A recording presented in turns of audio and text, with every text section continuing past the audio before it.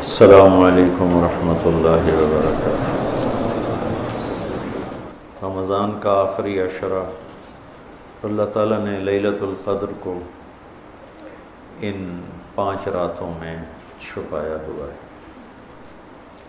پہلے یہ تعیین کے ساتھ مقرر ہو کر آ رہی تھی۔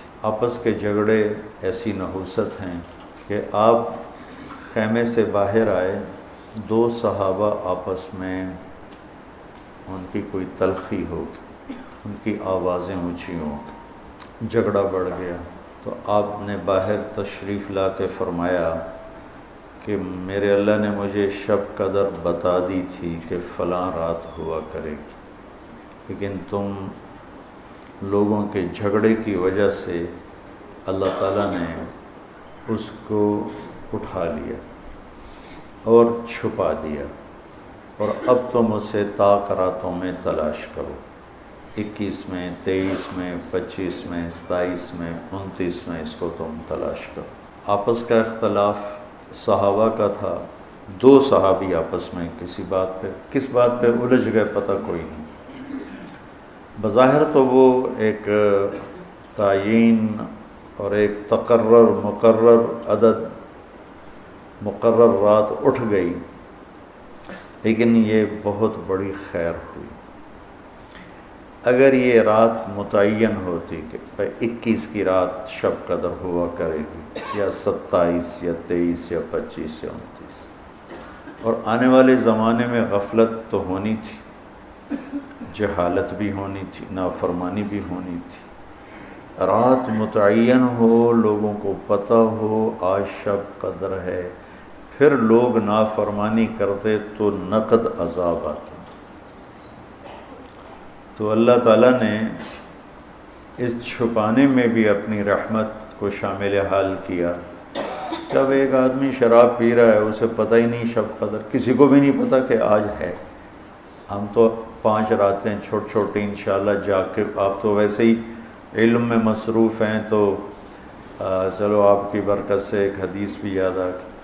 ابو ہریرہ رضی اللہ تعالیٰ عنہ فرماتے ہیں مدارست العلم ساعتاً، دارس یدارس، ایک دوسرے کے ساتھ علمی محاورہ کرنا، یا جس کو آپ تکرار کہتے ہیں، مدارست العلم ساعتاً خیر من احیاء لیلۃ القدر عند الحجر الاسود۔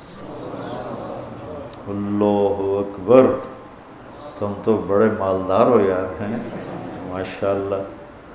آپ کی رات اللہ کے فضل سے علم میں گزرتی ہے، تو اور لوگ بھی بیٹھے ہیں، میں ترجمہ کر دیتا ہوں۔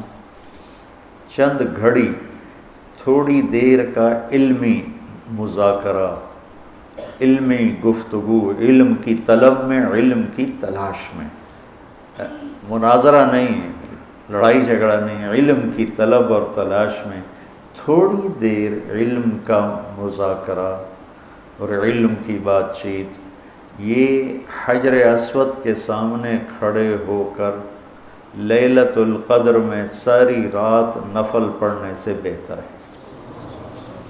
لیلۃ القدر بذات خود خیر من 1000 شہر ہے، ٹھیک ہو گیا، اور حرم کی ایک نیکی 1,00,000 کے برابر ہوتی ہے، یہ بھی ٹھیک ہے، معلوم ہے، حرم مکہ کی ایک نیکی 1,00,000 کے برابر، تو یہ رات حرم میں 1,00,000 راتوں کے برابر ہوگی۔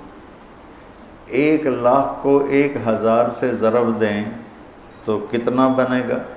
مولی شاید بتائے گا، حساب اچھا کر 10 کروڑ مہینے بنتے ہیں،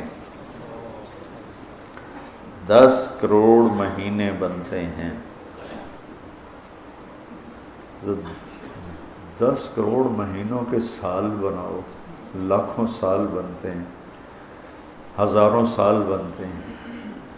تو علم کا مذاکرہ، علم کی طلب میں، علم کو سیکھنے کے لیے تھوڑی دیر بیٹھنا، وہ حجر اسود کے سامنے لیلۃ القدر میں ساری رات نفل پڑھنے سے بہتر ہے۔ یہ تو ہو گیا عام دنوں میں۔ جب یہ علم کی طلب رمضان میں ہو تو ہر عمل پہلے ہی 70 گنا بڑھ جاتا ہے۔ فرض علم کی طلب تو فرض ہے، تو فرض 70 گنا ہو جاتا ہے، نفل فرض بن جاتا ہے، تو اس کو ملٹیپلائی کرنے کے لیے کوئی کمپیوٹر بھی کام نہیں دے گا۔ یہ آپ اللہ کے فضل سے آپ کی ساری ہم نے 25 کو چھٹی رکھی ہے، 2 راتیں گھر جا کے جاگ لینا، ایک 27 کی ایک 29 کی، تو انشاءاللہ تو اب ویسے بھی آج کل راتیں چھوٹی ہیں، تو یقیناً ایک رات تو ہوگی اس میں، 5 راتیں اگر ہم جاگ لیتے ہیں یقیناً ایک رات اس میں شب قدر ہے۔ تو اللہ کے نبی شد المیزر ان آخری عشرے میں خوب محنت فرماتے، کمر کس لیتے، اور ساری زندگی اعتکاف بیٹھے۔ آپ نے کبھی اعتکاف نہیں چھوڑا، فتح مکہ پہ چھوٹا لیکن شوال میں آ کے بیٹھے، 1 مہینہ پورا اعتکاف کیا، پھر 20 دن کیا، پھر 10 دن، پھر 9 رمضان میرے نبی کو ملے، 9 رمضان۔ تو ایک میں اعتکاف چھوٹا اور باقی میں آپ نے مسلسل اعتکاف فرمایا۔ لیلۃ القدر کی صرف تلاش نہیں بلکہ اعتکاف اللہ کے در پر پڑ جانا ہوتا ہے۔ تو اعتکاف اللہ کے در پہ پڑ جانا ہے، اور اعتکاف والوں کو فضیلت ہے کہ وہ سوئے بھی ہوں تو ان کے لیے عبادت لکھی جاتی۔ باقی ہمارے جیسے لوگ تو نفل پڑھیں گے تو عبادت لکھی جائے گی، قرآن پڑھیں گے تو عبادت کا اجر لکھا جائے گا، اور اعتکاف والا سویا بھی ہو تو قلم اس کا چلتا رہتا ہے۔ اللہم لک الحمد کما انت اہلہ فصلی علی محمد کما انت اہلہ وفعل بنا ما انت اہلہ انک اہل التقوی و اہل المغفرہ۔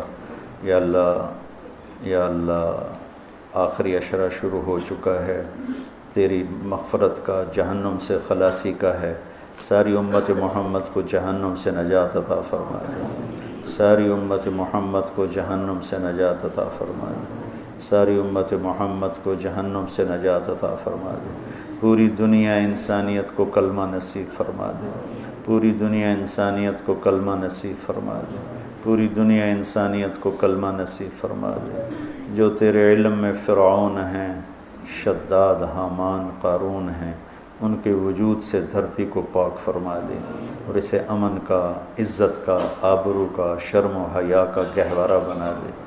پورا عالم بے حیائی کی لپیٹ میں ہے، کفر کی لپیٹ میں ہے، میرے مولا اسے تو حیا کی چادر پہنا دے، ایمان کا نور عطا فرما دے۔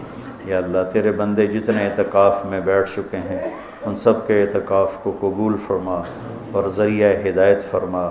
حرمین میں جتنے تیرے بندے بندیاں اعتکاف میں بیٹھے ہیں ان کے اعتکاف بھی قبول فرما اور ذریعہ ہدایت فرما۔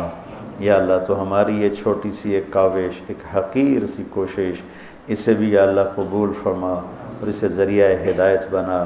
یہ قرآن سے ہمارے دلوں کو جوڑ دے، سیرت سے ہمارے دلوں کو جوڑ دے۔ یا اللہ اپنے محبوب کی مبارک زندگی ہمارے سامنے کھلی کی کتاب کی طرح کر دے، اور ہر عمل کو اپنے محبوب کے یا اللہ نور کی روشنی میں دیکھنے کی توفیق عطا فرما۔ پوری امت میں یا اللہ سیرت حاوی فرما، پوری امت میں یا اللہ اپنے محبوب والے اخلاق زندہ فرما، بد اخلاقی سے ہماری حفاظت فرما۔ میرے دیس کو چوری ڈاکے سے بچا، ظلم و ستم سے بچا، قتل و غارت سے بچا، جھوٹ فراڈ سے بچا، سود اور رشوت سے بچا، یا اللہ ملاوٹ اور کھوٹ سے بچا۔ یا اللہ میرے دیس سے تو بدکاری کے اڈے ختم فرما، شراب کے اڈے ختم فرما، جوئے کے اڈے ختم فرما۔ یا اللہ آنے والی حکومت نیک دل رحم دل لوگوں کی نصیب فرما۔ ہمیں یا اللہ ایسے لوگوں کے حوالے نہ فرما جو بددیانت ہوں، جو دھوکے باز ہوں، جو مفاد پرست ہوں۔ ہمیں ایسے لوگوں کے حوالے فرما جو ملک کے، قوم کے، عوام کے خیر خواہ ہوں، ان کے درد کو اپنا درد سمجھیں اور ہمارے غم کو اپنا غم سمجھیں، ہمارے دکھ کو اپنا دکھ سمجھیں۔ ہمیں ایسے نیک لوگ نصیب فرما۔ یا اللہ جہاں جہاں یہ میرے ساتھ لوگوں نے ہاتھ اٹھائے ہوئے ہیں تو سب کے حق میں ان کی دعائیں قبول فرما، ان کی حاجات کو پورا فرما، آمین۔